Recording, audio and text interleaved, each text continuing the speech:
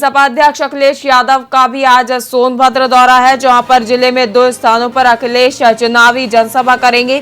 सपा प्रत्याशी छोटेलाल खरवार के पक्ष में करेंगे जनसभा। उपचुनाव में प्रत्याशी विजय सिंह गोंड के पक्ष में जनसभा आयोजित की गई है। सपा अध्यक्ष अखिलेश यादव का सोनभद्र दौरा, आज जिले में 2 स्थानों पर अखिलेश करेंगे चुनावी जनसभा। सपा प्रत्याशी छोटेलाल खरवार के पक्ष में करेंगे जनसभा। उपचुनाव में प्रत्याशी विजय सिंह गोंड के पक्ष में जनसभा आयोजित की गई है।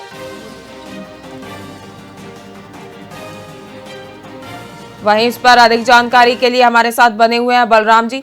बलराम जी, सपा अध्यक्ष अखिलेश यादव का भी दौरा है, वे भी अब काफी सक्रिय दिखाई दे रहे हैं, तो इस पर आपका क्या कुछ कहना है? बिल्कुल, अखिलेश यादव यूपी में विपक्ष के सबसे बड़े चेहरे हैं जी। और उसके साथ ही कल 3 जनसभाएं उन्होंने जो है की थी। जो कांग्रेस पार्टी के नेता है राहुल गांधी, उनके साथ मिलकर आज वो अकेले ही सोनभद्र में जो है, जो कि एक दुधही विधानसभा है, वहां पर एक उपचुनाव भी है। वहां के विधायक का निधन हो गया था, उसके बाद जो है वो सीट खाली थी, वहां पर एक उपचुनाव भी है। इसके साथ ही सोनभद्र में चूंकि लोकसभा चुनाव भी है, तो इसके चलते 2 जगहों पर अखिलेश यादव जनसभाओं को संबोधित करेंगे।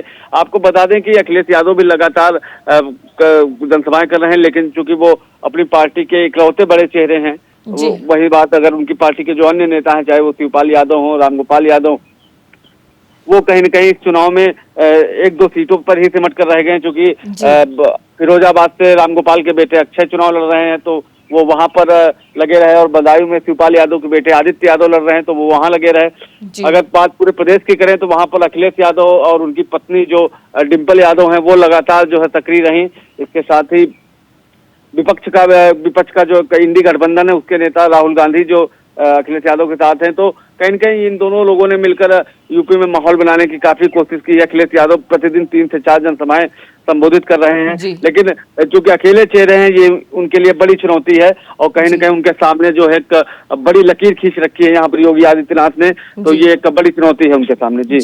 जी बलराम जी, मैं पूछना चाहूंगी कि जिस तरीके से पहले राहुल गांधी और अखिलेश यादव में खटपट नजर आ रही थी, लेकिन पिछले 2 चरण के मतदानों से उन्होंने अपने बीच के जो भी विवाद थे उन्हें इतर करके एक साथ जनसभाएं की हैं, लोगों को संबोधित किया है, रैलियां की हैं, और अब दोनों ही काफी सक्रिय नजर आ रहे हैं, तो इसको लेकर जनता पर क्या प्रभाव देखा जा रहा है? जी बिल्कुल, इसका प्रभाव बिल्कुल है। चूंकि बात अगर कांग्रेस पार्टी की करें तो उनका भी एक अपना वोट बैंक है, वो भले छोटा हो, वो यूपी में भले पिछली बार लोकसभा की 1 सीट जीत सके हों, विधानसभा की 2 सीटें जीते हों, लेकिन फिर भी हर विधानसभा पे उनकी चाहे 500, 1000, 2000 वोट जरूर अभी भी है, जिसके बलबूते चूंकि कांग्रेस पार्टी ने लंबे समय तक यूपी में शासन भी किया है। तो इस वजह से इस बार जब ये दोनों दल मिले हैं, तो चूंकि दोनों लोग एक दूसरे की जरूरत भी है, ये दोनों दल लड़के अलग अलग देख भी रहे थे लंबे समय से, क्योंकि यहाँ पर विपक्ष का जो सबसे बड़ा चेहरा है वो अखिलेश यादव हैं। तो कांग्रेस पार्टी को उनकी जरूरत थी यूपी में, क्योंकि कांग्रेस पार्टी समझ रही है कि उनको गठबंधन में भले 17 सीटें मिल गई हूँ, लेकिन अलग लड़ने पर उनकी रायबरेली की सीट भी खतरे में फंस सकती थी।